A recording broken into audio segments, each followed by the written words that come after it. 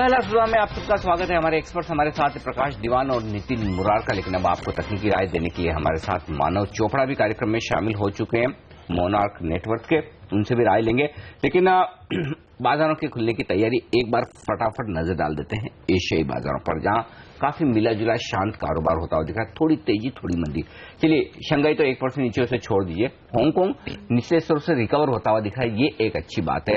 निक्के के बाजार देख लीजिए, यहाँ पर 1/4% की मजबूती है, तो 1/4 से आधा % ऊपर और नीचे ये रेंज है। तो एशियाई बाजारों में जिस तरह की अमेरिका में बड़ी तेजी बनी, वैसे तेजी नहीं दिख रही, लेकिन कोई बुरा हाल हो वैसा भी नहीं। तो इससे संकेत ये मिल रहा है शायद थोड़ी सुस्ती दिखे, लेकिन एसडीएक्स निफ्टी चुस्ती के साथ 28 अंक ऊपर है। अब कुछ स्टॉक्स जहां पर एक्शन हो सकता है, एक राय लेना चाहता हूं। मानो एचडीआईएल के चार्ट्स देखकर बताएं क्या मौका है खरीदारी का। वायदा कारोबार के बैन से बाहर आया है।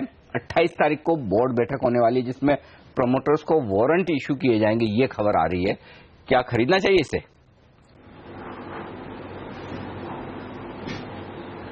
एक्चुअली स्टॉक ऑलरेडी काफ़ी हाई लेवल्स पे है एंड कहीं ना कहीं स्टॉक का मोमेंटम अगर हम देखें तो अभी भी स्ट्रांग है। बट अगर कोई स्टॉक में ट्रेड करना चाहे तो डेफिनेटली एक स्ट्रिक्ट स्टॉप लॉस के साथ ही आगे चले, बिकॉज काफ़ी ओवरबॉट कंडीशंस में है।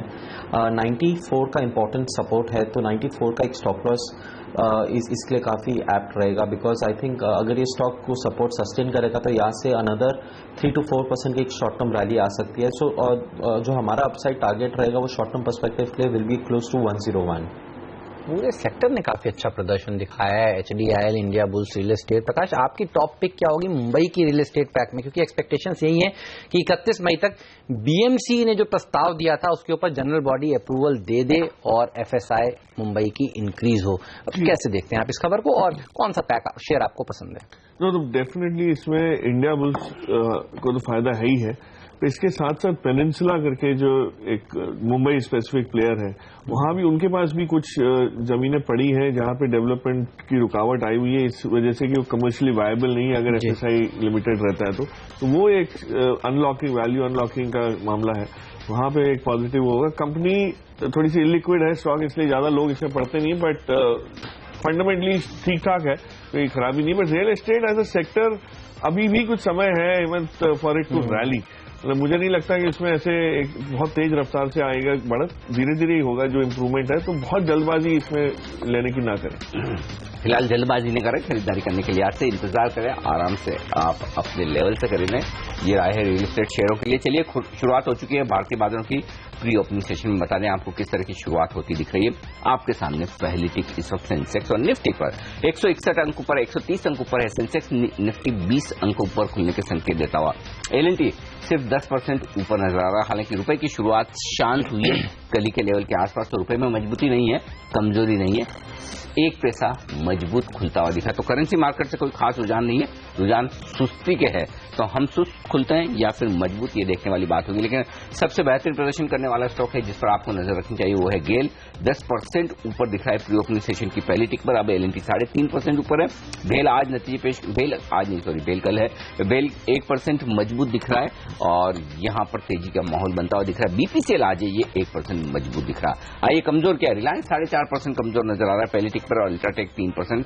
ये रियलिस्टिक लेवल नहीं है जो थोड़ी देर में सेटल होते हुए आपको नजर आएंगे। तो कुल मिलाकर अभी तक रेट्स जो हैं वो सेटल होने की कोशिश करते हुए दिखें, लेकिन गेल 6.5% ऊपर है। करेंसी मार्केट से जो संकेत है वो एकदम आपके लिए न्यूट्रल से माने जा सकते हैं। अदानी पावर एक और स्टॉक है जहां पर मैं खबरें पढ़ रहा था कि इन्होंने प्रमोटर्स को 32 रुपए 54 पैसे में वारंट्स कन्वर्ट किए हैं। नितिन, क्या कहीं कोई मौका है अदानी पावर या फिर दूसरे पावर स्टॉक्स में कहीं पैसा लगाने का?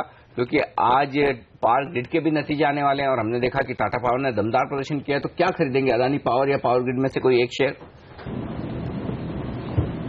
लेकिन जी, अदानी पावर अपने सपोर्ट पे है, यहाँ पे सेल तो नहीं बनता, स्टॉक बाउंस जरूर करना चाहिए और करीब 1-1.5 रुपए का बाउंस धीरे धीरे आना चाहिए। बट अगर मुझे पावर में आप देखेंगे तो यहाँ पे पावर फाइनेंसिंग में आरईसी लिमिटेड में काफी अच्छे कल वॉल्यूम्स आए थे। इनफैक्ट कल एक ही टाइम में करंट मंथ और नेक्स्ट मंथ दोनों मिला के करीब 60 लाख शेयर का ओपन इंटरेस्ट एडिशन हुआ था। वो अप्रोक्सीमेटली करीब 2-2:30 बजे के आसपास हुआ होगा। तो काफी अच्छी बाइंग हुई है 154-155 की रेंज में, और स्टॉक की क्लोजिंग थोड़ी सी ऊपर हुई है। तो मुझे लग रहा है कि आरईसी में एक बार आपको पोजीशन बनाई जा सकती है। इसके रिजल्ट कल हैं, बट मुझे लग रहा है, पोजीशंस बन रही है, यहाँ पे एक अच्छी मूवमेंट आपको 165 रुपए तक की मिल सकती है। DRL लॉजिस्टिक्स ये स्टॉक है जिस पर सबकी नजरें पिछले 2 ट्रेडिंग सेशन से बनी हुई हैं। हमने देखा परसों इसमें लोअर सर्किट लगा, कल भी 20% का लोअर सर्किट लगा और उसके बाद काफी बड़े वॉल्यूम्स हुए जहां पर गोल्डमैन सैक्स इंडिया फंड ने बिकवाली करी, कुछ खरीदारी भी हुई, निचले स्तरों से रिकवर भी हुआ। जितनी गिरावट होनी थी प्रकाश हो चुकी है, अब खरीदारी करने का मन बना लेना चाहिए या फिर एविएशन का जो प्लान है एक बार देख ही लें उसके बाद ही फ्रेश बाइंग करें। आप कैसे अप्रोच कर रहे हैं? नहीं, मुझे नहीं लगता एविएशन के प्लान से इसमें बहुत फर्क पड़ेगा, क्योंकि उससे ना कोई फायदा है ना कोई नुकसान है। बट जो मैनेजमेंट का रुख जो उन्होंने अपनाया है शेयर होल्डर्स के प्रति, उससे चिंता लोगों को ज्यादा बनी है फंडामेंटली। तो अगर ये लगता है कि कंपनी के प्रमोटर्स बोलते हैं कि हमको कोई छोटे शेयर होल्डर्स का लेना देना ही नहीं है, तो अब उसमें कितना उस कंपनी से आपको मुनाफा हो सकता है, कितनी ओनरशिप आपको उसमें रखनी चाहिए, थोड़ा सा सवाल वहां उठते हैं। बट कंपनी के बिजनेस मॉडल पे मेरे को कोई चिंता नहीं है, इसी चीज को लेकर थोड़ी सी है, तो जल्दबाजी इसमें भी नहीं कोई है। एक बार मैनेजमेंट की क्लैरिटी आ जाएगी फिर देखी जाएगी। ओके, तो ये है राय DRL लॉजिस्टिक्स। लेकिन बता दूं आपको, कल के सेशन में गोल्डमैन सैक्स ने 8 लाख शेयरों की बिकवाली की है और एक और किसी फंड ने बिकवाली की थी, 2 जनों ने बिकवाली की है कल के सेशन में। तो ये थोड़ा सब पुराने आईपीओ से होल्ड करते हुए इन्वेस्टर्स तो ट्रिगर हो गया, कल आईपीओ के नीचे गया था। हाँ एग्जैक्टली, तो वो एक टेक्निकली वो रहता है कि लिस्टिंग प्राइस से नीचे आ गया, माफ कीजिए आईपीओ नहीं, लिस्टिंग प्राइस से तो जो अप्रिसिएशन था वो अब आपका चला गया, तो अब इससे ज्यादा वेट थोड़ी करेंगे। चलिए, तो ये है राय इसकी।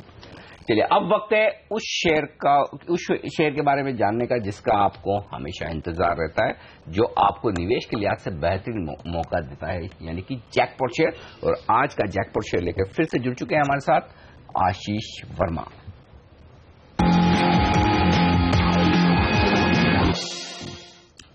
रियल एस्टेट सेक्टर इस समय जोरों पर है, तो एक रियल एस्टेट कंपनी आज हमारे रडार पे है। ये कंपनी है DB realty, one of the largest leading real estate developers है इस देश की। और खास तौर पे ये जो कंपनी है मुंबई में फोकस करती है और यहाँ पे रेजिडेंशियल लग्जरी प्रोजेक्ट्स और कमर्शियल प्रॉपर्टीज पर इस कंपनी का पूरा रुझान है। सबसे पहले तो अपफ्रंट समझा दूं ट्रिगर। आपको याद होगा पिछले साल बॉम्बे हाई कोर्ट ने 3 डायरेक्टिव्स इस कंपनी के फेवर में दिए थे, जिसमें बांद्रा वेस्ट प्रोजेक्ट था, जिसमें कोस्टल रेगुलेशन जोन में वो प्रोजेक्ट फंसा हुआ था। इसके अलावा मरीन लाइंस का प्रोजेक्ट था जिसके साथ भी CRZ को लेकर इश्यूज थे, और महालक्ष्मी प्रोजेक्ट था जहां पे आर्थर रोड जेल को लेकर इश्यूज थे क्योंकि 500 मीटर के आसपास कंस्ट्रक्शन अलाउड नहीं था। इन तीनों प्रोजेक्ट्स पे बॉम्बे हाईकोर्ट ने हरी झंडी दी थी और डायरेक्टिव दिया था municipal corporation of greater Mumbai को और साथ साथ Maharashtra coastal zone management authority को कि इन तीनों प्रोजेक्ट्स को क्लियरेंसेस दे दिए जाएं। और ये एक सिग्निफिकेंट इवेंट था इस कंपनी के लिहाज से, क्योंकि इसके चलते सब्सटैंशियल अर्निंग्स विजिबिलिटी नजर आती है। ये प्रोजेक्ट्स आपको एक एक करके बता दूं। मरीन लाइंस का जो प्रोजेक्ट था जहां पे CRZ का इशू था, एक मिक्स यूज प्रोजेक्ट था जिसमें करीब 8 लाख स्क्वायर फीट का सेलेबल रेजिडेंशियल एरिया इस कंपनी के पास। मरीन लाइंस यानी करीब 50,000 पर स्क्वायर फीट के आसपास वहां पे भाव होगा। तो रेवेन्यू पोटेंशियल इस प्रोजेक्ट मरीन लाइंस का करीब 4,000 करोड़ रुपए के आसपास का है। मैनेजमेंट का कहना है ये प्रोजेक्ट ऑन ट्रैक है, ऑन स्ट्रीम है। टर्फ व्यू महालक्ष्मी जो दूसरा प्रोजेक्ट था जहां पे जेल इशू था, आर्थर रोड के आसपास था, ये एक वन ऑफ द लार्जेस्ट और first high density development projects में से एक है। 13.5 लाख वर्ग फुट का वहां पे सेलेबल एरिया है। 40,000 से 60,000 के आसपास पर स्क्वायर फीट वहां का रेट है। तो कहा जाता है उसका रेवेन्यू पोटेंशियल करीब 5,500 से 7,000 करोड़ रुपए के आसपास का है। और यहां पे भी well known American architect Adrian Smith, मैं नाम इसलिए हाईलाइट कर रहा हूं क्योंकि जाने जाते हैं दुनिया में जो सबसे 2 टॉलेस्ट टावर्स हैं, चाहे वो बुर्ज खलीफा हो दुबई का या फिर जिद्दा टावर जिद्दा का, उनके डिजाइनर भी यही आर्किटेक्ट साहब थे। यहां पे भी ध्यान रखें प्रोजेक्ट ऑलरेडी मार्केट को हिट कर चुका है। तीसरा प्रोजेक्ट था बांद्रा वेस्ट का प्रोजेक्ट, जिसे कई लोग MIG प्रोजेक्ट के नाम से भी जानते हैं, जो कि मुंबई के लीलावती अस्पताल के बगल में एडजेसेंट है ये पूरा प्रोजेक्ट। CRZ इशू यहां पे भी था, उसे भी क्लियर करा गया। ये रेजिडेंशियल प्रोजेक्ट है, ऑलरेडी पिछली दिवाली पे इस प्रोजेक्ट को लॉन्च कर दिया गया था। 15 लाख स्क्वायर फीट यहाँ का पोटेंशियल है, लेकिन ध्यान रखिए प्रोजेक्ट एक जॉइंट वेंचर के अंतर्गत है, यानी कि DB रियल्टी का हिस्सा करीब 8.2 लाख स्क्वायर फीट का है। तो कुल प्रोजेक्ट का पोटेंशियल है 5,000 करोड़ रुपए के रेवेन्यूज का, DB रियल्टी का करीब 3,000 करोड़ रुपए के आसपास का रेवेन्यू पोटेंशियल इस प्रोजेक्ट से आता है। मैं अपफ्रंट हाईलाइट कर दूं, ध्यान रखें कल ये कंपनी अपने रिजल्ट्स घोषित करने वाली है, पर ध्यान रखें मैं इसीलिए हाईलाइट कर रहा हूं क्योंकि जो तमाम रेवेन्यू पोटेंशियल्स की मैं बात कर रहा हूं, आमतौर पर रियल एस्टेट में जब तक रेवेन्यू रिकग्निशन 30% तक के आसपास प्रोजेक्ट कंप्लीट नहीं होता, फाइनेंशियल से P&L में रिफ्लेक्ट नहीं होता है। तो 1 साल से 2 साल का समय लगेगा इन तमाम प्रोजेक्ट के कैश फ्लोज ना कह के मैं उसे पीएनएल कहूं तो वहां पे आने में मैनेजमेंट का कहना है कि FY17 यानी कि करंट फाइनेंशियल ईयर और FY18 ऑनवर्ड्स ये सारा का सारा इंपैक्ट आपको फाइनेंशियल्स में देखना शुरू हो जाएगा। यानी कि ऑलमोस्ट इन 3 प्रोजेक्ट से 13,000 से 14,000 करोड़ रुपए के आसपास का रेवेन्यू पोटेंशियल है। कंपनी मानती है प्रोजेक्ट सरप्लस करीब 40% के आसपास का होगा। यही नहीं, ये तो 3 प्रोजेक्ट है जिसका बड़ा ट्रिगर था। इसके अलावा इस कंपनी के पास प्रभादेवी में DB क्राउन, मुंबई के महालक्ष्मी में DB ऑर्किड हाइट्स, इसके अलावा वर्ली में जीजामाता नगर का एक रीडेवलपमेंट चल रहा है लोखंडवाला इंफ्रास्ट्रक्चर के साथ, और एक बैंड्रा रिक्लेमेशन का तगड़ा प्रोजेक्ट है एक और पार्टनरशिप में जिसपे एक कंपनी कामकाज कर रही है। फाइनेंशियल्स अगर आप देखेंगे Q3 में रेवेन्यूज में दबाव देखने को मिला था। दबाव इसीलिए क्योंकि जिस फेज में इस कंपनी के प्रोजेक्ट है उसके चलते इंपैक्ट था। रेवेन्यू रिकग्निशन 30%, यानी कि आसान शब्दों में बॉलपार्क सिविल कंस्ट्रक्शन वर्क अगर 80% कंप्लीट होता है तब ये कंपनी इस पीएनएल में इंपैक्ट दिखाती है, तब इनका रेवेन्यूज और प्रॉफिटेबिलिटी का इंपैक्ट वहां पे देखने को मिलता है। तो जिस फेज में इस कंपनी के प्रोजेक्ट चल रहे हैं इसीलिए आपको इस समय फाइनेंशियल में प्रेशर देखने को मिल रहा है, लेकिन ये तगड़ा मोमेंटम अब आने वाले फाइनेंशियल ईयर्स में देखने को मिलेगा। प्रमोटर्स का इस कंपनी में 62% स्टेक है। पिछले एक क्वार्टर में प्रमोटर्स ने ऑलमोस्ट 45-50 बेसिस पॉइंट्स अपना स्टेक एक्वायर करा है। प्रमोटर्स इस समय ओपन मार्केट से बाजार से स्टेक एक्वायर कर रहे हैं। इनफैक्ट प्रमोटर विनोद गोयनका साहब ने तो हाल में 1,33,000 शेयर ओपन मार्केट इस कंपनी के एक्वायर करें। FIs का 11% स्टेक है जिसमें Morgan Stanley, Alpine Global, Nomura Singapore, इन सब का अच्छा खासा चंक्स हैं। In fact ace investor Rakesh Jhunjhunwala साहब के पास भी 2% के आसपास की हिस्सेदारी है इस कंपनी की। तो स्ट्रॉन्ग हैंड्स में 3/4% स्टेक इस कंपनी का। इसके अलावा रियल एस्टेट कंपनी ने शुरुआत में कहा था फोकस में है। मुंबई में FSI BMC ने बढ़ाने की बात करी है, 1.33 से बढ़ाकर 2 करने की बात है, और 31 मई तक कहा जा रहा है वो जनरल बॉडी को प्रपोजल जाने वाला है। और इसीलिए आप देख रहे हैं Mumbai based real estate companies खासतौर पर आपको स्वीट स्पॉट पर नजर आएंगी। हालांकि जब तक इंप्लीमेंट होगा समय लगने वाला है। खासतौर पर उन कंपनीज को फायदा होगा जिनके पास एक्चुअली लैंड है, पर एक सेंटिमेंटल पॉजिटिव है पूरे मुंबई रियल एस्टेट के लिए। इसके अलावा अपने साल के जो हाईस थे उससे 20 रुपए नीचे कामकाज कर रहा है। 1300 करोड़ रुपए के आसपास का DB रियल्टी का इस समय मार्केट कैप है। कोई कंसोलिडेटेड लेवल पे रियल एस्टेट कंपनी पे डेट नहीं है। सिर्फ 2 प्रोजेक्ट्स पे इस कंपनी ने डेट उठाया हुआ है। प्रभादेवी प्रोजेक्ट जिसमें 300 करोड़ रुपए और जैकब सर्कल का एक प्रोजेक्ट है जिसमें 350 करोड़ रुपए का एक प्रोजेक्ट लेवल डेट उठाया हुआ है। मैं 600 करोड़ रुपए का डेट है इस कंपनी की बुक्स में। कंसोलिडेटेड लेवल पे कोई डेट नहीं है। तो एक ऐसी कंपनी जिसके तमाम बड़े प्रोजेक्ट्स अब शुरू होते हुए नजर आ रहे हैं। तगड़े रेवेन्यू प्रोजेक्शन हैं जिस तरह के मैं हाईलाइट करा था। FY17 ऑनवर्ड्स और रेवेन्यू रिकग्निशन शुरू होने वाला है। प्रमोटर्स का 62% स्टेक है इस कंपनी में। Promoters of late open market से शेयर्स एक्वायर कर रहे हैं। FIs मार्की इन्वेस्टर्स के पास अच्छा खासा चंक है इस कंपनी का। मिनिस्क्यूल डेट है इस कंपनी की बुक्स पर। कंसोलिडेटेड लेवल पर तो एक डेट फ्री एंटिटी है। मुंबई FSI जो बढ़ाने की बात है, एक सेंटिमेंटल पॉजिटिव जरूर है इस पूरे स्पेस के लिए। और रियल एस्टेट कंपनी इस समय एक स्वीट स्पॉट में नजर आती है। इस कंपनी को रडार पर रखना चाहिए। आने वाले फाइनेंशियल ईयर्स में रेवेन्यूज और फाइनेंशियल्स में एक अच्छा मोमेंटम, अच्छा ट्रैक्शन आने की गुंजाइश है।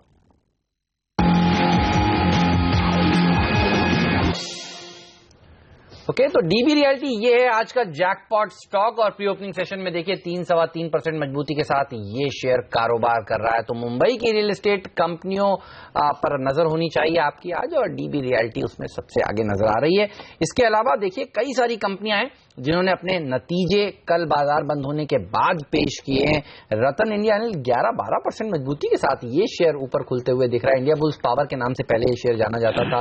और छोटी मझौली कंपनियां सूर्य लक्ष्मी जैसे स्टॉक्स देखिए, इसके नतीजे भी काफी अच्छे आए। सूर्य लक्ष्मी कॉटन के 6.5% ऊपर ये शेयर खुलने की तैयारी कर रहा है। रुचि सोया जो इन्होंने टाई अप किया है अदानी विलमार के साथ, ये शेयर भी देखिए कल भी रिकवर किया था खराब खबरों के बावजूद प्रकाश।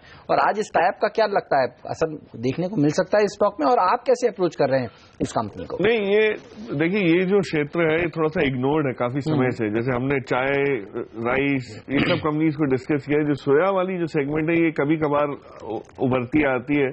इसमें रुचि सोया एक बहुत ही बढ़िया कंपनी है जो ब्रांडेड प्रोडक्ट्स बेचते हैं, सोया चंक, सोया मिल्स के नाम से।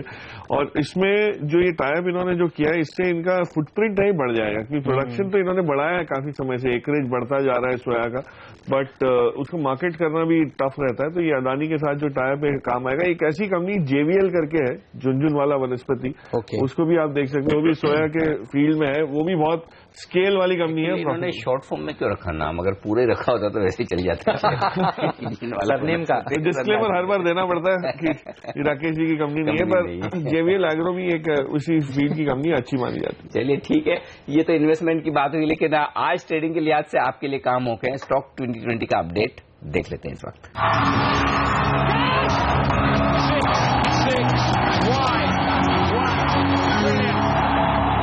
मेरी टीम पर नजर डालिए, सारे के सारे बल्लेबाज आपको दिखेंगे रियल एस्टेट पैक पर, सबसे ज्यादा सिलेक्टर्स बुलिश हैं। और आप देखिए शुरुआत करिए HDIL से, peninsula land, India Bulls real estate, ये 3 रियल एस्टेट की कंपनियां हैं जो Mumbai based real estate stocks हैं, यहां पर आज आपकी नजर होनी चाहिए। माना यही जा रहा है कि 31 से पहले जो नया DP प्लान है वो अप्रूव होता हुआ नजर आए। दिन कम बचे हैं तो एक अच्छी रैली यहां पर देखने को मिल सकती है। इंडिया सीमेंट के अच्छे नंबर्स आने वाले हैं, यहां पर तेजी देखने को मिलेगी। और नोवार्टिस इंडिया पर भी नजर रखनी चाहिए क्योंकि आज बायबैक के ऊपर बोर्ड की बैठक होने वाली है। सूर्यलक्ष्मी कॉटन आज का मिस्टर डिपेंडेबल स्टॉक, अच्छे नंबर्स के दम पर एक अच्छी रैली देखने को मिलेगी। और बेहतरीन नंबर्स आए हैं कल L&T के बाजार बंद होने के बाद, बड़े ब्रोकरेज हाउसेज ने अपग्रेड दिया है। यहां पर आज stock of the day L&T का हो सकता है, टाटा मोटर्स का DVR। ग्लोबल मार्केट्स में जो रिकवरी है उसका प्ले है, यहां पर ध्यान रखिए तेजी की साइड का। और anti dumping duty seamless price पर सरकार अब जल्द लग सकती है, वो नोटिफिकेशन जल्द आ सकता है। ISMT पर भी आपकी नजर आज होनी चाहिए। साथ ही रिलायंस इंफ्रास्ट्रक्चर के ऊपर भी नजर रखिए, यहां पर भी एक शॉर्ट कवरिंग मूव ऊपर की तरफ देखने को मिल सकता है। फटाफट से शेयर देखें जो कि 10 के 10, उसमें एक हमने सेल उतारा है और सभी 9 बाय हैं, जिसमें रुचि सोया विल्मर के साथ, अदानी विल्मर के साथ करार कर रही है, इसका फायदा इसको मिलेगा। बीजर एनर्जी को कैपिटल गुड पॉलिसी का, और साथ ही L&T के अच्छे रिजल्ट आए हैं तो एक रब ऑफ इफेक्ट इस पे भी आएगा। सुजलॉन के अंदर एक अच्छा नंबर्स आ सकते हैं, सोमवार को टर्न अराउंड होगा, घाटे से कंपनी प्रॉफिट में आ सकती है। ITNL यानी कि इंडिया ILFS ट्रांसपोर्ट पे आपको ध्यान देना है, 15% हिस्सा बेच रही है, 109 करोड़ रुपए जुटा रही है। यूनाइटेड ब्रिवरीज के अंदर एक अच्छा खासा मोमेंटम मिलेगा, उत्तर प्रदेश में शराबबंदी नहीं होगी। और साथ ही यूनाइटेड स्पिरिट्स के बेहतर रिजल्ट इसको आज तेजी दिखाएंगे। डिपेंडेबल में साउथ इंडियन बैंक है, रिकवरी हो सकती है NPA की करीब 100 करोड़ का फायदा इसको इसका मिलेगा। प्रिज्म सीमेंट के ठीक ठाक नंबर्स आए, इस वजह से चलता हुआ दिखेगा। कॉन्कोर के नंबर खराब है इसलिए टूटेगा। इसके अलावा आप इंडोटेक के नंबर्स भी काफी शानदार हैं, बाजार बंद होने के बाद 10 गुना प्रॉफिट बढ़ा, इसका फायदा मिलेगा। और KC इंटरनेशनल को कैबिनेट ने जो रेलवे की मंजूरी मिली है 10,000 करोड़ के इंफ्रा प्रोजेक्ट्स को, उसका फायदा KC इंटरनेशनल के अकाउंट में आ सकता है।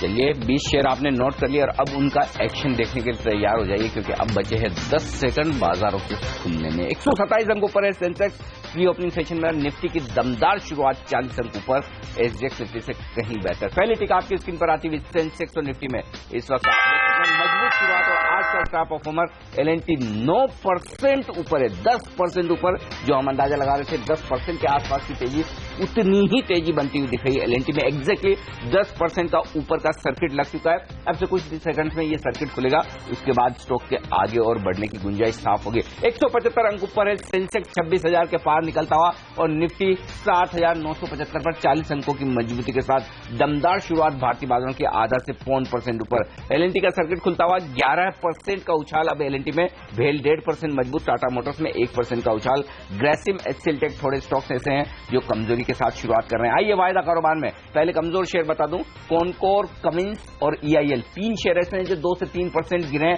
और तीनों ही नतीजों के दम पर। कॉनकोर में तेजी कमजोरी है 3% की, कमिंस से 3% कमजोर, 2.5% नीचे EIL, और चौथा स्टॉक भी नतीजों के दम पर ही गोदरेज 2% कमजोर है। यहां पर भी रिजल्ट्स कल बाजार बंद होने के बाद आए, लेकिन बेहतरीन प्रदर्शन L&T में 9.5% की मजबूती आपको दिखेगी इस वक्त, थोड़ा सा 10% बढ़ने के बाद हल्का होता हुआ दिख रहा है। अदानी पावर 2% ऊपर है, आईबुल रियल में 1.5% के आसपास की तेजी। तो इन तमाम रियल एस्टेट शेयरों पर नजर रखिए, यहां पर दमदार तेजी बनती हुई दिख रही है। 31 मई के पहले पूरा मुंबई का डेवलपमेंट प्लान पास होने की संभावनाएं बताई जा रही है, उसके चलते ये तेजी बन रही है। HDIL भी 1% मजबूत होता हुआ दिख रहा है, तो ये शेयर है जो जबरदस्त एक्शन में। 130 अंक ऊपर है सेंसेक्स, निफ्टी पर 30 अंकों की मजबूती, मिड कैप इंडेक्स भी 0.5% मजबूत, लेकिन बैंक निफ्टी जिसकी बात हम कर रहे थे कि 17,000 का लेवल काफी अहम है, वहां इसके ऊपर टिक पाता है, तो अभी तक उतनी मजबूती बैंक निफ्टी में नहीं दिख रही।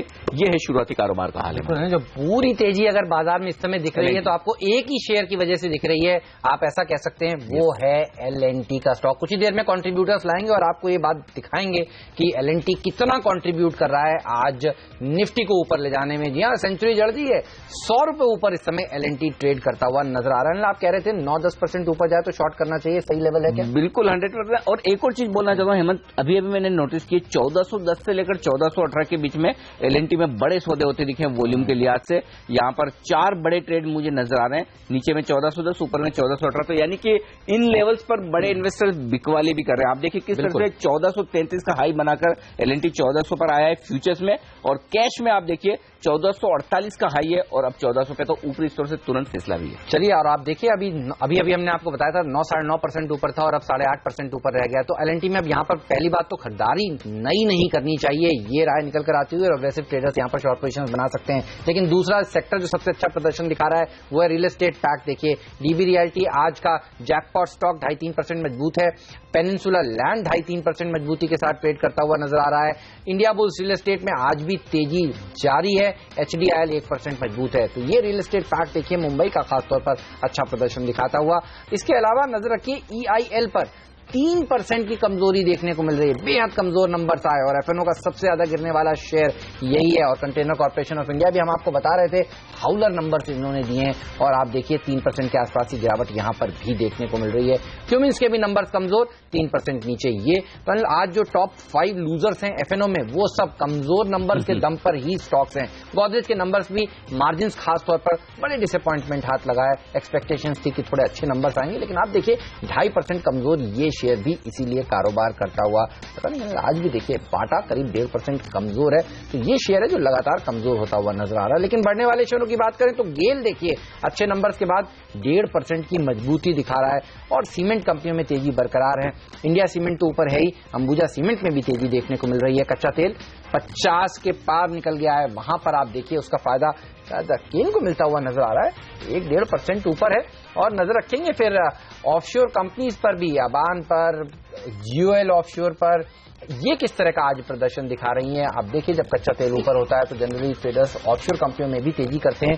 तो इस पैक पर भी साफ तौर पर आज नजर होनी चाहिए। रुचि सोया जो इन्होंने टाई अप किया है अडानी विलमार के साथ एफएमसीजी कारोबार के लिए, वहां इस खबर का फायदा मिलता हुआ 3-3.5% मजबूत है। और वीआरएल लॉजिस्टिक्स 2 दिन में काफी गिरावट होने के बाद, कुछ बड़े फंड्स की बिकवाली होने के बाद आज थोड़ा संभलने की कोशिश कर रहा है। 4-4.5% मजबूती के साथ ये शेयर भी इस समय कारोबार करता हुआ है। कुछ और कमजोर नतीजे, टीवी टुडे 7% नीचे, नतीजों के बाद यहां पर तेज मार पड़ती हुई दिख रही है। एचसीएल इन्फो फिर से भारी भरकम नुकसान दिखाया, 4% नीचे ये स्टॉक है।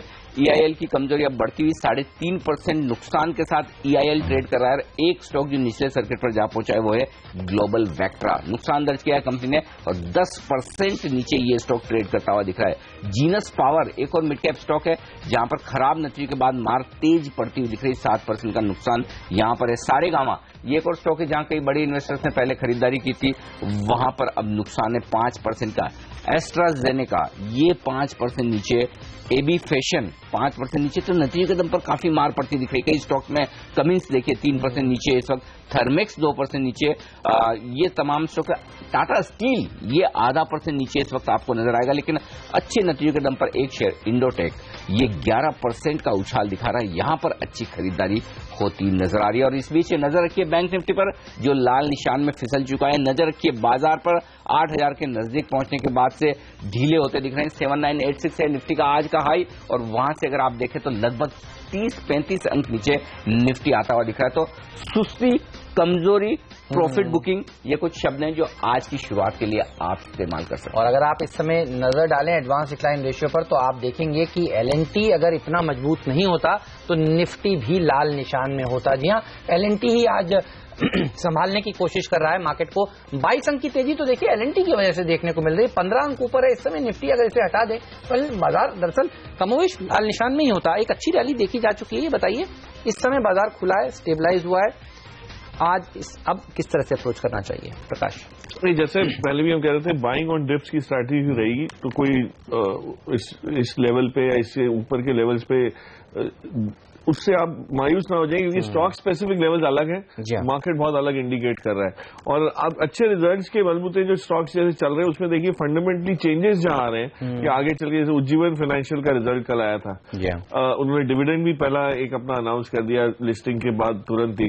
तो ऑफकोर्स 6 मंथली रिजल्ट उन्होंने डिक्लेयर किया है, ये तिमाही का नहीं है, बट पॉइंट इज कि आगे की ग्रोथ इससे इंडिकेट जहां जहां हो रही है वहां, और उसी वजह से इक्विटास में भी थोड़ी सी तेजी बनी हुई है। तो इस टाइप के स्टॉक्स हैं जहां में मुझे लगता है अपॉर्चुनिटी रहेगी। एलएनडी को 8% ऊपर लेने के बाद आपका रिस्क रिवॉर्ड कोई फेवरेबल तो रहेगा नहीं। बिल्कुल। तो जो स्टॉक्स रिजल्ट्स के बलबूते वीक मिल रहे हैं आपको और जिनके इंप्रूवमेंट आगे जरूर दिख रही है, जैसे मैंने कमिंस का उदाहरण दिया था, वो ऐसी चीजों में मुझे लगता है हाथ डालना चाहिए, ना कि जो ऑलरेडी ऊपर बढ़े हुए हैं या आगे चल रही है। अब सिप्ला को देखिए, उसका भी रिजल्ट्स का इम्पैक्ट आपने देख ही लिया है, बजाज ऑटो है। सो रिजल्ट सीजन में चॉइस ज्यादा रहती है, कंफ्यूजन भी ज्यादा रहता है। बिल्कुल। और आज 200 से ज्यादा कंपनियों के नंबर्स आने वाले हैं और इस महीने के अंत तक ये कंप्लीट हो जाएंगे। तो आज लंबी लिस्ट है मिड कैप्स की जहां नतीजे आने वाले। आइडिया सेल्यूलर पर एक राय नितिन आपसे लेना चाहता हूं। एफएनओ में काफी अच्छा प्रदर्शन दिखा रहा है। 2-3 दिन से बाजार में चर्चा थी कि कुछ बड़े ब्लॉक्स होंगे, इसके चलते शायद कुछ लोगों ने शॉर्ट पोजीशंस भी बनाई थी। अब तक तो ब्लॉक्स होते हुए नजर नहीं आ रहे हैं और अब 1-2% की रैली। कैसे अप्रोच करेंगे इस स्टॉक को आप? देखिए, मेरे हिसाब से इंट्राडे के लिए भी इसको लेना चाहिए। एक पॉजिटिव मूवमेंट आपको 3 से 4 रुपए की मिल सकती है। जिस तरीके से चार्ट स्ट्रक्चर है काफी पॉजिटिव है और इसमें शॉर्ट कवरिंग भी आ सकती है। अभी 112 रुपए के आसपास है। मुझे लगता है कि 109 का स्टॉप लॉस रखा जाए तो आपको 115-116 रुपए तक के टारगेट आपको हो सकता है आज या कल तक में मिल जाए। चार्ट स्ट्रक्चर काफी पॉजिटिव है, शॉर्ट साइड का ट्रेड नहीं है, इसमें बाई करके चलना चाहिए। ओके, ये है राय इस वक्त। और साफ तौर पर आइडिया का स्टॉक आज 2% मजबूत नीचे खुलने के बाद यस बैंक 1000 के मार्क के पार निकलता हुआ दिख रहा है। 4 डिजिट में मेरे ख्याल से पहली बार यस बैंक। चलो बधाई यस बैंक को, राणा कपूर साहब को और यस बैंक के इन्वेस्टर। अच्छा, एक मेरा फ्रेंड है यस बैंक में बड़ी सीनियर पोजीशन पे और जो पैसे उसने ईसॉप्स में बनाए हैं जबरदस्त, मतलब। और एक्चुअली वो ईसॉप्स में पैसे बनाने के बाद नौकरी छोड़कर अपनी एनबीएफसी खोल रहा है। तो देखिए किस तरह की वेल्थ इस स्टॉक ने बनाई लोगों के लिए। नहीं, आई थिंक रिसेंट टाइम्स में it has been one of the most spectacular business. और बैंकिंग जैसे क्षेत्र में ये करना बहुत ही उम्दा परफॉर्मेंस। जी हाँ, नए 52 हफ्ते के उच्चतम स्तर पर यस बैंक पहली बार 4 डिजिट में पहुंचता हुआ नजर आ रहा है। एक बार इस पर भी कॉल लेंगे मानव, यहां से और ऊपर जा सकता है क्या? जी बिल्कुल। इनफैक्ट ये स्टॉक काफ़ी अच्छे एक मोमेंटम पे है। अगर हम देखें तो stock consecutive series of higher tops and higher bottoms बनाते जा रहा है। एंड जिस तरह स्टॉक ये हफ्ते एक नए जोन में आया है तो उसके चलते आई थिंक जो नियर टर्म पर्सपेक्टिव है मोमेंटम बरकरार रह सकता है। लोअर साइड में 980 का सपोर्ट है। इनकेस अगर स्टॉक एक शॉर्ट टर्म कंसोलिडेशन या एक डिप देता है so I think this stock will be a buy on dips approach. And near term perspective में जो उसके अपसाइड टारगेट बनते हैं वो करीब 1075 के हैं जो मीडियम टर्म पर्सपेक्टिव में अचीव कर सकता है। एलएनटी का जो फायदा है वो भेल को भी मिल रहा है। आप देखिए 2% ऊपर है भेल। कल इसके नंबर्स भेल और क्रॉम्पटन दोनों कंपनियों के नंबर्स आने वाले हैं। कुछ दिनों पहले जो इनके प्रोविजनल नंबर्स आए थे प्रकाश, वो अच्छे आए थे तो लोग यहाँ पर उत्साहित हो रहे हैं। कैसे ट्रेड करेंगे भेल को नतीजों से एक दिन पहले? नहीं, अगर किसी ने नहीं लिया है और गिरावट में मिस कर गए जो चांस था, क्योंकि इसकी जो 110 के बाद से जो चाल हमने देखी है पिछले 1-1.5 महीने में बहुत ही स्ट्रांग रही है। पहले बेल में उतार चढ़ाव इतना ज्यादा होता था कि 10 रुपए ऊपर जाता था तो 20 नीचे आता था। अब इस बार जो मूव आया थोड़ा सेक्युलर ट्रेंड जिसको कहते हैं इसमें पॉजिटिव है, क्योंकि फंडामेंटल जिसके अच्छे खासे चेंज हो रहे हैं। ऑर्डर बुक इनकी आगे चल के बहुत बढ़िया होने की उम्मीद है। और डिफेंस का भी जो इन्होंने पिछले साल सितंबर में जो शुरुआत की थी डिफेंस के एरिया में, उसका रिजल्ट आपको इस बार end of this calendar year देखना शुरू हो जाएगा। तो जो लॉन्ग टर्म इन्वेस्टर्स हैं वो एक्यूमुलेट कर रहे हैं इसको और इंस्टीट्यूशनल ओनरशिप भी मेरे हिसाब से इसमें चेंज होगी पॉजिटिवली। तो मेरा टारगेट इसका 145-150 का था। ऑफ कोर्स काफी नजदीक है अब तो। ये हमने 110 पे कॉल निकाला था जब, लेकिन अभी भी इसमें गुंजाइश है, लोग ले सकते हैं। रिजल्ट अच्छे ही आएंगे, कोई मायूसी का उसमें दिख नहीं रहा है एक्सपेक्टेशन। हेमंत, बड़ी इंटरेस्टिंग चीज दिख रही है आज निफ्टी की रेंज देखिए। हम कह रहे थे कि 8000 की जितना नजदीक जाएगा वहां दबाव दिखेगा और 7950 को हमने निर्णायक तो लेवल के तौर पर चुना था। आज 7948 का लो बनाया, वहां पर सपोर्ट लेकर निफ्टी फिर ऊपर आने की कोशिश कर रहा है। तो वायदा कारोबार की एक्सपायरी के दिन जो पोजीशंस बनी है, जो डेटा है, जो लेवल्स है, उसको बाजार रेस्पेक्ट करने की कोशिश कर रहा है। ये एक अच्छा संकेत है। नितिन, एक स्टॉक उस पर आपसे राय लेना चाहता हूं जो वायदा कारोबार में आज सबसे बड़ा लूजर है, टॉप लूजर, जिसकी हम बात भी कर रहे थे, EIL। नंबर्स बहुत ही खराब आए हैं, 3.5% स्टॉक नीचे है और ओपन इंटरेस्ट भी यहां पर बढ़ता हुआ दिख रहा है। आज सुबह फिर से अब थोड़ी शॉर्ट पोजीशन बनने के संकेत मिल रहे हैं। 172-73 के आसपास ट्रेड कर रहा है इस वक्त। क्या यहां से और गिर सकता है ये stock? Anil ji, EIL sorry मैं ट्रैक नहीं कर रहा हूँ। ओके, अच्छा, सॉरी, आपने पहले भी बताया था, माफ कीजिए, मैं भूल गया। आपकी क्या राय है यहाँ पर EIL पर? देखिए, ये ऐसी कंपनी है जिसकी हर चीज अच्छी रहती है पर स्टॉक परफॉर्मेंस नहीं आता। मतलब ये मॉइल है, ये है, इनके मतलब फंडामेंटल्स देखें आपको लगता है ऑर्डर बुक इतनी अच्छी है, पेडिग्री इतनी अच्छी है, कैश रिजर्व्स देखें, डेट पोजीशन सब पॉजिटिव है। मतलब हर पैमाने पे जिसको कहते हैं सही खरा उतरता है, लेकिन परफॉर्मेंस कहीं ना कहीं नहीं आती। उसका रीजन ये है कि एग्जीक्यूशन में जो वीकनेस रहती है उसको मार्केट बहुत मेजरली डिस्काउंट कर रहा है इसको, तो कहीं ना कहीं मुझे लगता है वो जब तक चेंज नहीं होगा बहुत ज्यादा इसमें उम्मीद नहीं रखी जानी चाहिए। एक और स्टॉक है MCX, इस पर भी राय लेना चाहता हूं आपकी। अब खबरें कल ये आ रही हैं कि अब सेबी जो है MCX को इक्विटी ट्रेडिंग की इजाजत दे दे और BSE NSE को इजाजत दे दे कि आप जी कमोडिटीज की ट्रेडिंग कर लीजिए। तो लगता है कि MCX में इक्विटी ट्रेडिंग का काम बहुत अच्छी तरह से चलेगा। कैसे व्यू करें, क्योंकि दोनों तरह के मैं व्यू सुन रहा हूँ इस खबर पे। नहीं, मेरा मानना ये है कि अगर NSE को आप कमोडिटी ट्रेडिंग में परमिशन देते हैं तो इतना बड़ा कंपटीशन हो सकता है। क्या उसकी डिस्ट्रीब्यूशन रीच देखिए, जो सिस्टम्स हैं ऑलरेडी जो है, तो MCX ने इतने सालों में जो बढ़त हासिल की है वो NSE बहुत जल्दी वहां पहुंच सकता है। तो एक तो कंपटीशन आप बढ़ा रहे हो और दूसरी चीज इक्विटी को लेके MCX जब कंपटीशन में आएगा तो वो दिग्गज प्लेयर्स के सामने आएगा जो खुद ही स्ट्रगल कर रहे हैं। आज BSE को देखें अगर तो वॉल्यूम्स के लिहाज से धीरे धीरे ट्रेंड यही है कि घटती जा रही है वॉल्यूम, और अगर ये लिस्टेड कंपनी कम हो जाएंगी, जो सेबी ने भी एक मुहिम शुरू करने की बात की है, तो ऐसी बिजनेस का जो है क्वांटम वो थोड़ा सा चेंज होगा। तो मुझे नहीं लगता ये इसमें कोई खुशी वाली बात है MCX के लिए अभी तो, अनलेस MCX का कोई प्लान बहुत मेजर है इक्विटी को लेके और उससे कोई फायदा हो जो अभी हमें नहीं पता, या उन्होंने उसका ऐलान नहीं किया। मतलब बेस बढ़ाने की बात है, उसको ब्रेक इवन जल्दी आने की बात है। NSE का तो खुद NCDX इन्हीं का एक तरह से अच्छी स्टेक वाला एक्सचेंज इनका, उसमें सिर्फ स्टेक है, बट अगर NSE पे ही अगर आपको वही टर्मिनल पे करने को मिल जाता है, उन्हीं के उसमें एक्सचेंज में काफी कुछ पैसा इनका लगा हुआ है, तो उनके लिए हाँ ये जरूर इंटरेस्टिंग होगा कि फिर ऐसी सिचुएशन में कंपटीशन बढ़ेगा, जो इंफ्रास्ट्रक्चर का फायदा इनको मिलेगा। ये नेगेटिव हो सकता है MCX के लिए अगर ऐसा होता है तो होगा भी, ऐसा लग रहा है। जी हाँ, अब रेगुलेटर एक है तो लाइसेंस भी एक ही दिया जाएगा, एक एक्सचेंज को जिसमें आप सब काम कर सकते हैं। चलिए, तो MCX पर नजर रहेगी आगे चलकर, लेकिन ONGC ये आज बाजार को संभालने की काम कर रहा है। गेल देखिए 1% मजबूत है, तो ऑयल एंड गैस स्पेस आज मार्केट को संभालने का थोड़ा बहुत काम कर रहा है,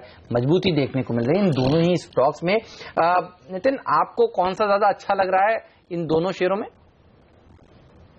इन दोनों में गेल काफी स्ट्रांग है, रोलोवर्स भी अच्छे हैं, ओपन इंटरेस्ट एडिशन भी, और चार्ट स्ट्रक्चर काफी पॉजिटिव है, और इनफैक्ट आज केवल अभी 1% ऊपर है, 386 के आसपास है, स्टॉप लॉस 380 का बनता है, और टारगेट करीब 400 से 405 रुपए तक के नेक्स्ट 2-3 दिन में बन सकते हैं। जैसे कि नतीजे आज आने वाले हैं, उससे पहले यहाँ पर तेजी होती है। नतीजे के पहले एक और स्टॉक में तेजी हो रही है हेमंत, और वो है जेट एयरवेज।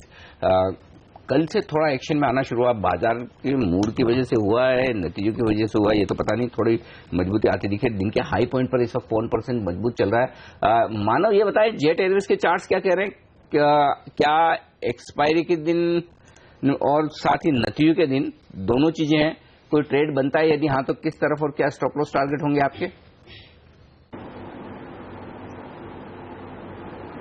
एक्चुअली स्टॉक एक जो गिरा है वहाँ से एक ओवरसोल्ड कंडीशन में आ चुका है। सो इमीडिएट बेसिस में 610 का एक स्ट्रॉन्ग रेजिस्टेंस है, एंड वो एक इंपॉर्टेंट इंट्राडे ब्रेकआउट पॉइंट भी है। So the ideal strategy would भी स्टॉक को 610 के ऊपर ही लिया जाए, बिकॉज वहाँ से एक शॉर्ट कवरिंग की रैली भी हम देख सकते हैं।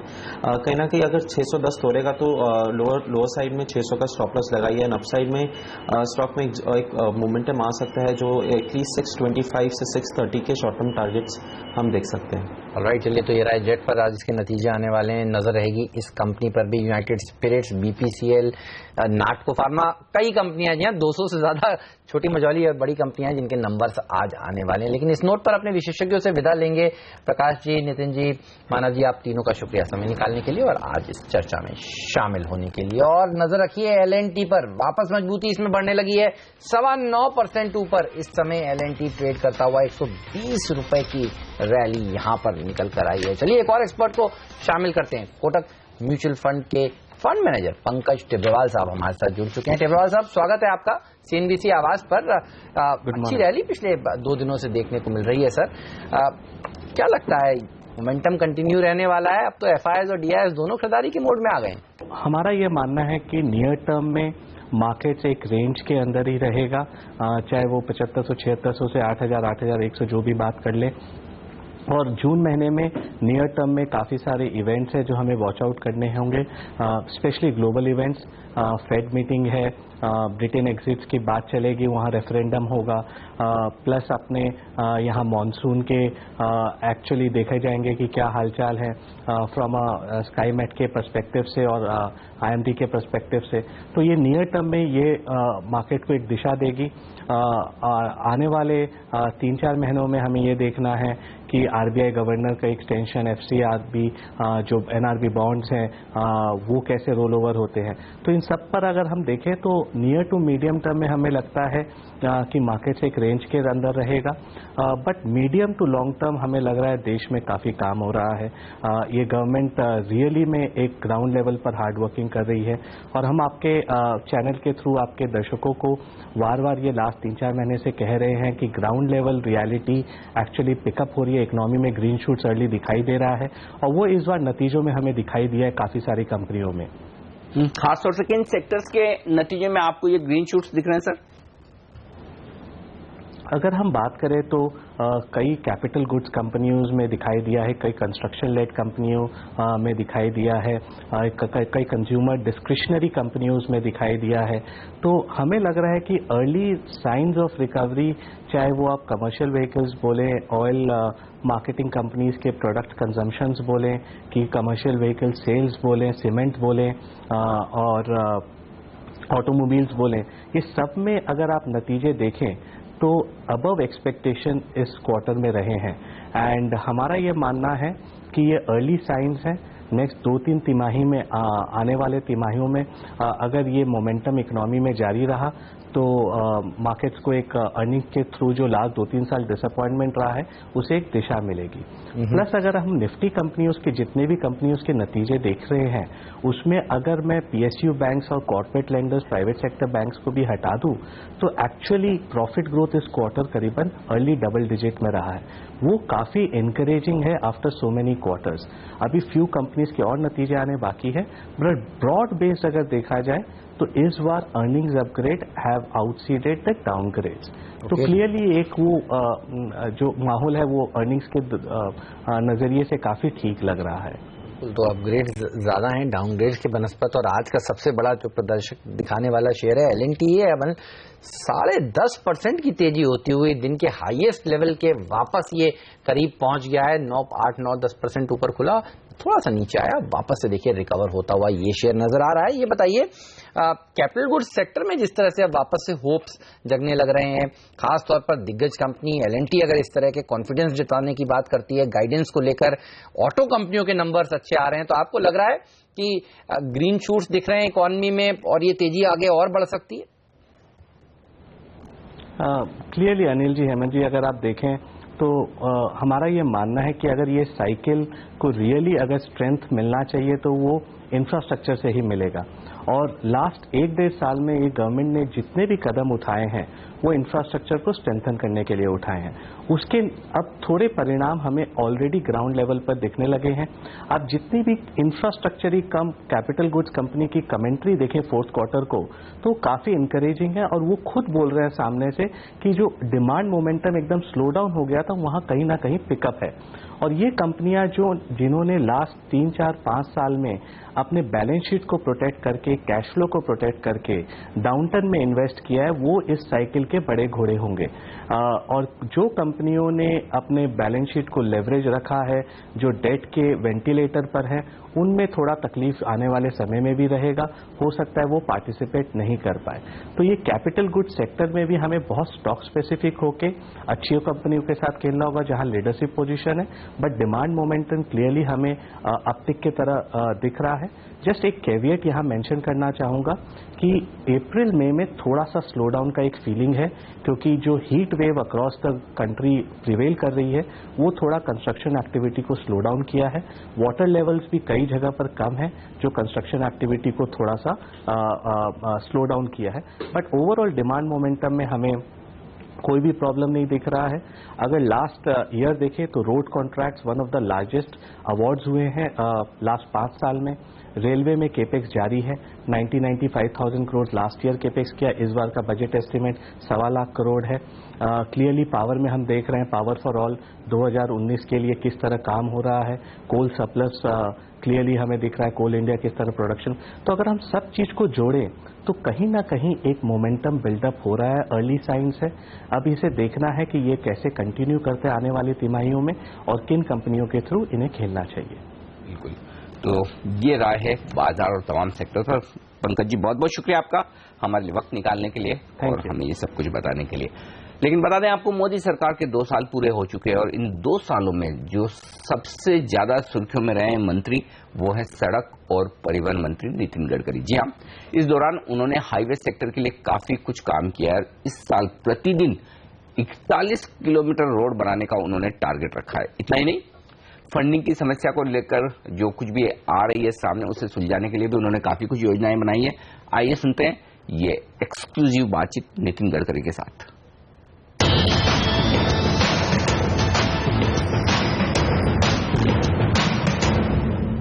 आप काफी नाप तौल करके सारी चीजों कदम उठाते हैं, फैसला लेते हैं। तो 2 साल पूरा हुआ, आपने जाहिर तौर पे जब मंत्रालय कार्यभार संभाला होगा तो कुछ टारगेट रखा होगा। आपको क्या लगता है 2 साल में उस टारगेट के कितने करीब पहुंच पाए, या फिर आपको लगता है कि टारगेट से हम आगे निकल गए? देखिए, टारगेट तो हर समय बड़ा लिया जाता है।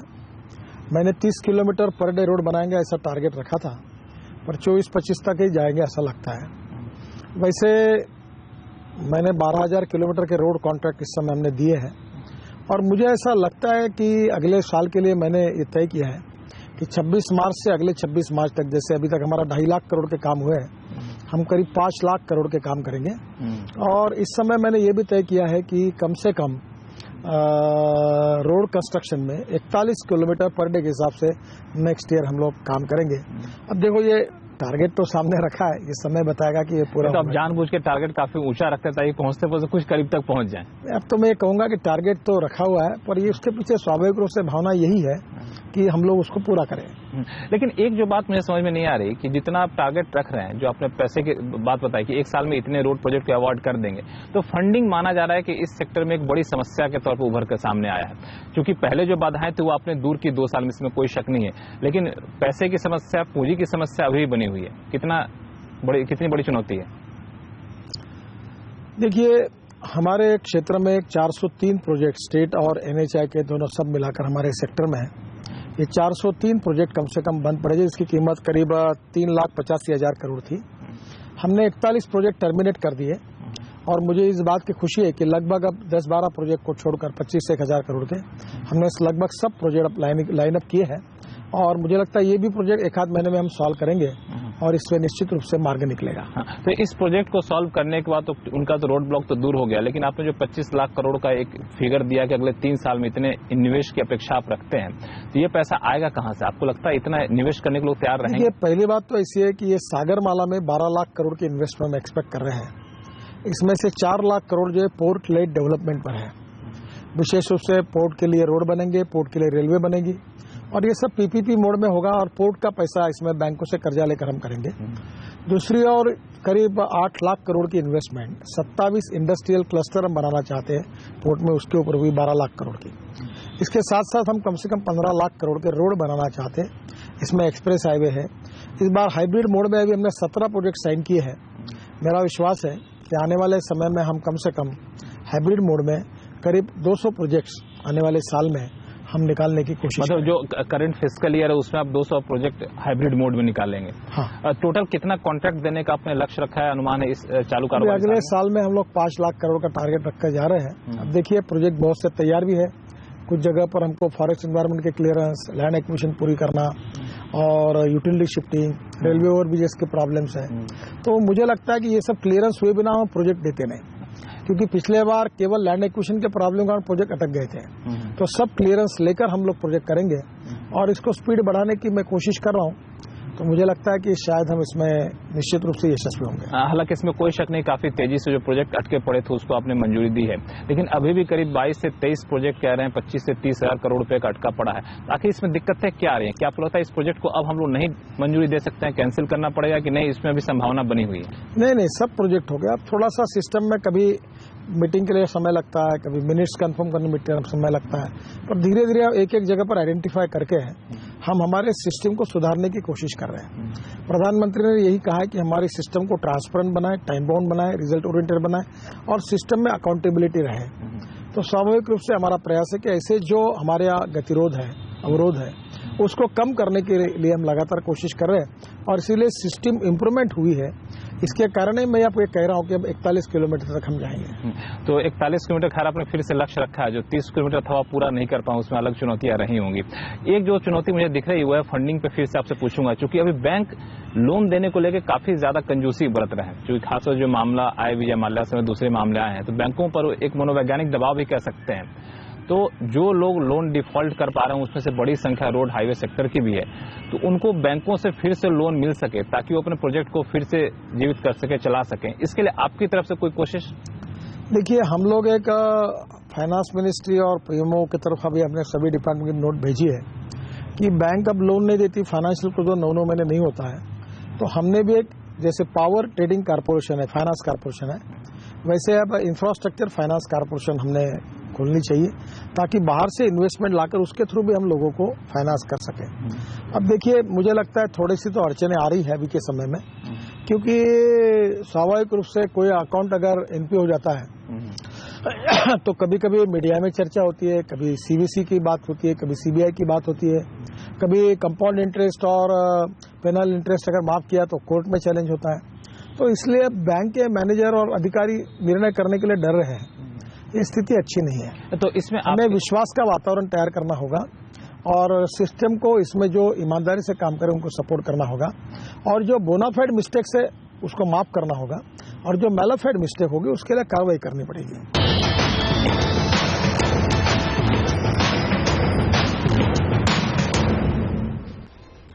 आप सुन रहे थे नितिन गडकरी साहब को और लक्ष्मण रॉय हमारे ब्यूरो चीफ उनसे बात कर रहे थे। 41 किलोमीटर प्रतिदिन का उन्होंने एक नया लक्ष्य तय किया है रोड बनाने का। इंफ्रास्ट्रक्चर कंपनियों को ये काफी पसंद आएगी चीज। लेकिन चलिए आगे बढ़ते हैं। हमारे एक्सपर्ट हमारे साथ और जुड़ चुके हैं, एचआरबीबी क्लाइंट सॉल्यूशंस के टीएस हरियर साहब हमारे साथ जुड़ चुके हैं। हरियर साहब, स्वागत है आपका सीएनबीसी आवाज पर। जब मई सीरीज की शुरुआत हो रही थी तो एक बात जो सबके जहन में थी वो थी sell in May and go away. अब जब खत्म हो रहा है तो आप देखिए खराब नहीं है, 1.25% ऊपर ही सेंसेक्स निफ्टी में जाकर समाप्ति हो रही है। ये बताइए इस सीरीज को आपने किस तरह से पढ़ा और अगली सीरीज के लिए क्या कॉल है?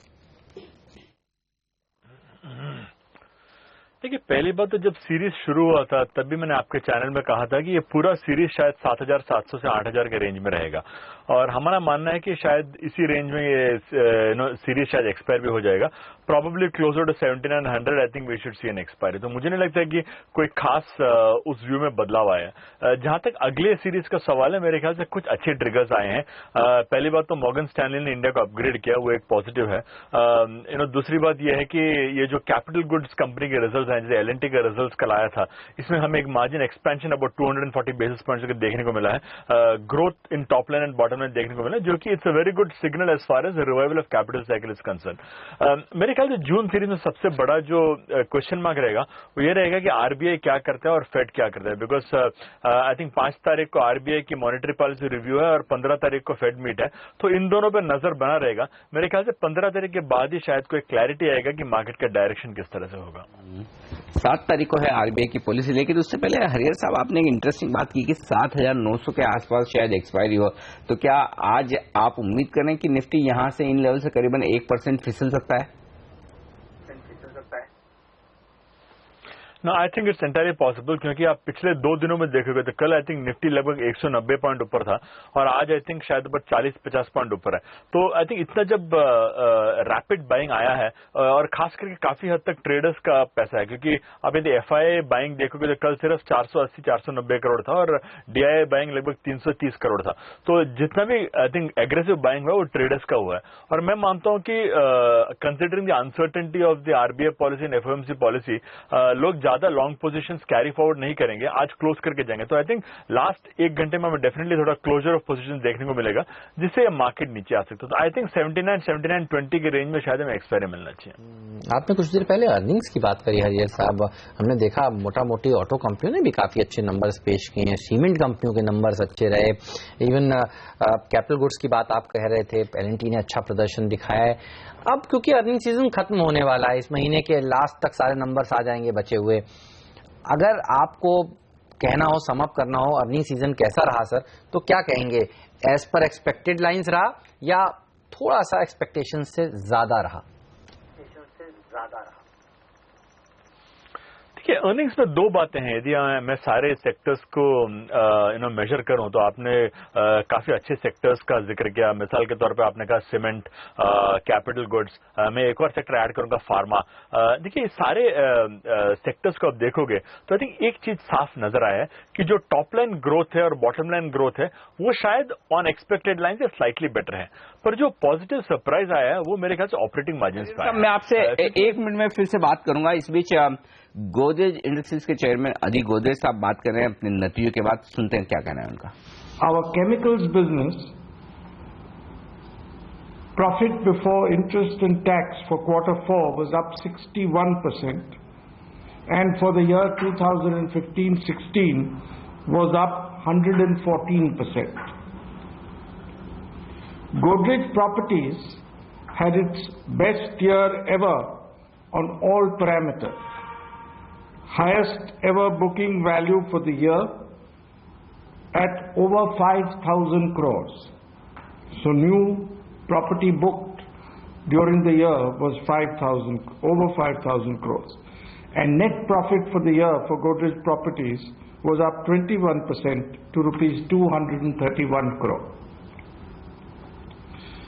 Godrej Consumer Products had a very successful quarter and year. The market cap of Godrej Consumer Products rose about 30% for the year. And that is, of course, very important for Godrej Industries because it owns about 23% of Godrej Consumer Products. Godrej Agrovet had a reasonable year despite 2 consecutive bad monsoons. With the expectation of good monsoons, not only are we expecting a good monsoon this year, but as you know, because of the La Nina effect, it is expected that India might have 3 or 4 good monsoons to come. So that will be very good for Godrej Agrovet. We expect to do very well going forward.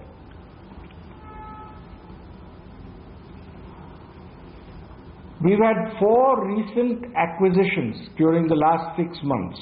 2 in Godrej Agrovet and 2 in Godrej Consumer Products.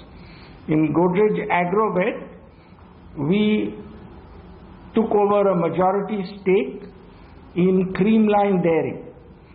आप सुन रहे थे आदि गोदरेज साहब को, Godrej industries के numbers कल आए थे, मार्जिन्स में थोड़ा सा डिसअपॉइंटमेंट हाथ लगा था, इसीलिए आप देखिए अच्छे बाजार में भी वो शेयर लाल निशान में इस समय कारोबार करता हुआ, लेकिन निचले स्तरों से जरूर थोड़ा सा रिकवरी देखने को मिल रही है। आदि गोदरेज के पास आपको वापस ले जाएंगे जब वो कुछ और इंटरेस्टिंग बातें करेंगे, लेकिन हरियर साहब आप अपना स्टेटमेंट कंप्लीट करिए। आप अर्निंग सीजन को सम अप कर रहे थे सर। हाँ, मैं यही कह रहा था कि जो एक मार्जिनल सरप्राइज था वो था कि सेल्स ग्रोथ और बॉटम लाइन ग्रोथ पे आई थिंक एक स्लाइटली पॉजिटिव फैक्टर है, पर मेरे ख्याल से जो रियल टेक अवे था वो है कि जो ऑपरेटिंग मार्जिन है उसमें एक सब्सटैंशियल जंप देखने को मिला। लेकिन आप एल&टी की बात कीजिए तो लगभग 250 बेसिस पॉइंट्स के इंप्रूवमेंट है, ल्यूपिन की बात कीजिए 700 बेसिस पॉइंट के इंप्रूवमेंट है, आप ऑटो कंपनीज लीजिए, सीमेंट कंपनीज लीजिए, I think in all this cases रफली अबाउट 300 to 400 बेसिस पॉइंट्स का मार्जिन एक्सपेंशन हुआ। और ये इसलिए हुआ है कि जो लोअर इनपुट कॉस्ट्स का हम सिलसिला देख रहे हैं पिछले 1.5 साल से, उसका इंपैक्ट बॉटम लाइन पे पड़ने लगा।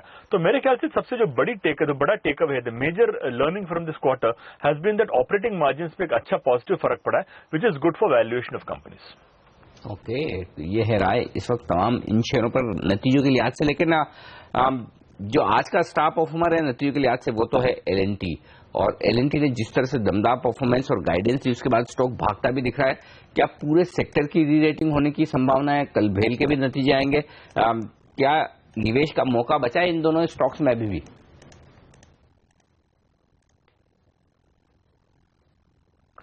देखिए, आप एक ट्रेडर के नजरिए से देख रहे हो तो शायद L&T का जो शॉर्ट टर्म अपसाइड है वो खत्म हो चुका है। यदि आप एक इन्वेस्टर के नजरिए देख रहे, समझ लीजिए 1 से 1.5 साल के नजरिए से देख रहे हो, तो मैं मानता हूं कि डेफिनेटली आपको यहां से भी कम से कम 15-20% का अपसाइड मिल सकता है। बट एज ए ट्रेडर मैं मानता हूं कि आज के राइज के बाद शायद जो शॉर्ट टर्म ट्रेडिंग गेन्स हैं वो शायद L&T में खत्म हो चुके हैं। और सर ये बताइए, कल अब SBI के नंबर्स भी आने वाले हैं, बाकी सारे PSUs के नंबर्स आ चुके हैं बैंकों के। PSU बैंकों पर अब आपका क्या व्यू बन रहा है? क्योंकि हमने देखा कि पहले काफी मंदी हो चुकी थी, कई बैंकों के खराब नंबर्स आने के बाद शेयरों में रिकवरी भी देखने को मिली है।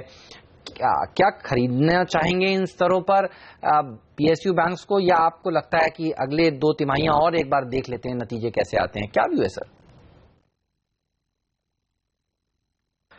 कि पहली बात तो मैं खरीदने की सलाह तो नहीं दूंगा, क्योंकि मुझे एक मीडियम टर्म में तो कोई खास विजिबिलिटी नहीं दिखाई दे रहा है। आई थिंक मेरे ख्याल से 2-3 पॉजिटिव्स है जिसके कारण शायद से स्टॉक्स बाउंस हो रहे हैं। पहली बात तो ये है कि जहां तक ये राइट ऑफ्स का सवाल है, AQ और राइट ऑफ्स का सवाल है, अब तक जो बैंक ने रिजल्ट अनाउंस किए लगभग 25,000 to 30,000 करोड़ के AQ और राइट ऑफ्स हो चुके हैं, जो मेरे ख्याल से काफी ज्यादा है। पर एक हद तक the positive thing is that काफी हद तक इनके जो टॉक्सिक एसेट्स थे वो प्रोवाइड हो चुके हैं। SBI के रिजल्ट्स आना बाकी है और I think that will be critical. कल जब SBI के रिजल्ट्स आएंगे तब मालूम पड़ेगा कि एक्चुअल टोटल बैंकिंग सेक्टर का कितना NPS है। मेरे ख्याल से सबसे बड़ा टेकअवे है कि अभी जो BBB बना था, banking boards bureau, which is been formed under mister Vinod Rai, who is former CAG, I think ये एक शॉर्ट टर्म सोल्यूशन पे वर्क कर रहे हैं जिससे NPS को एड्रेस हो सके। तो that will happen only after the AQR। तो जब BBB के रिकमेंडेशंस आएंगे और उस पर काम शुरू होगा, तब मेरे ख्याल से क्लैरिटी आएगा कि PSU बैंक्स का शॉर्ट टर्म फ्यूचर क्या है। बट हम मानते हैं कि शायद से BBB PSU बैंक्स के लिए पॉजिटिव रहेगा और कम से कम एटलीस्ट अगले 6 से 8 महीने में एक विजिबिलिटी दिखाई देगा। I think that will be probably a time when one can look at buying this PSU banks. Okay, तो ये राय इन तमाम सरकारी बैंक्स पर। हरिहर साहब, शुक्रिया आपका हमारे साथ जुड़कर आज बाजार सेक्टर्स और स्टॉक्स पर अपनी राय हमारे साथ शेयर करने के लिए। बाजार मजबूत होने की कोशिश करते हुए दिख रहे हैं, मजबूती बेहतर अब होती दिख रही है। बैंक निफ्टी से वही जोश बढ़ रहा है बाजार में 17,000 के पास। पहला 16 में आज के लिए इतना ही, लेकिन आप बने रहिए CNBC आवाज के साथ। ब्रेक के बाद कमोडिटी बाजार पर ओपनिंग होगी और खास तौर पर कच्चे तेल पर ओपनिंग होने वाली है। जी हाँ, कच्चा तेल देखिए $50 के पार निकल गया है और फरवरी लो से अनिल 84% का जोरदार उछाल देखने को मिला है। हमारे साथ प्रियंका संभव जुड़ेंगी ब्रेक के बाद और बताएंगी क्या हाल है कमोडिटी बाजार का। हमें दीजिए इजाजत, नमस्कार।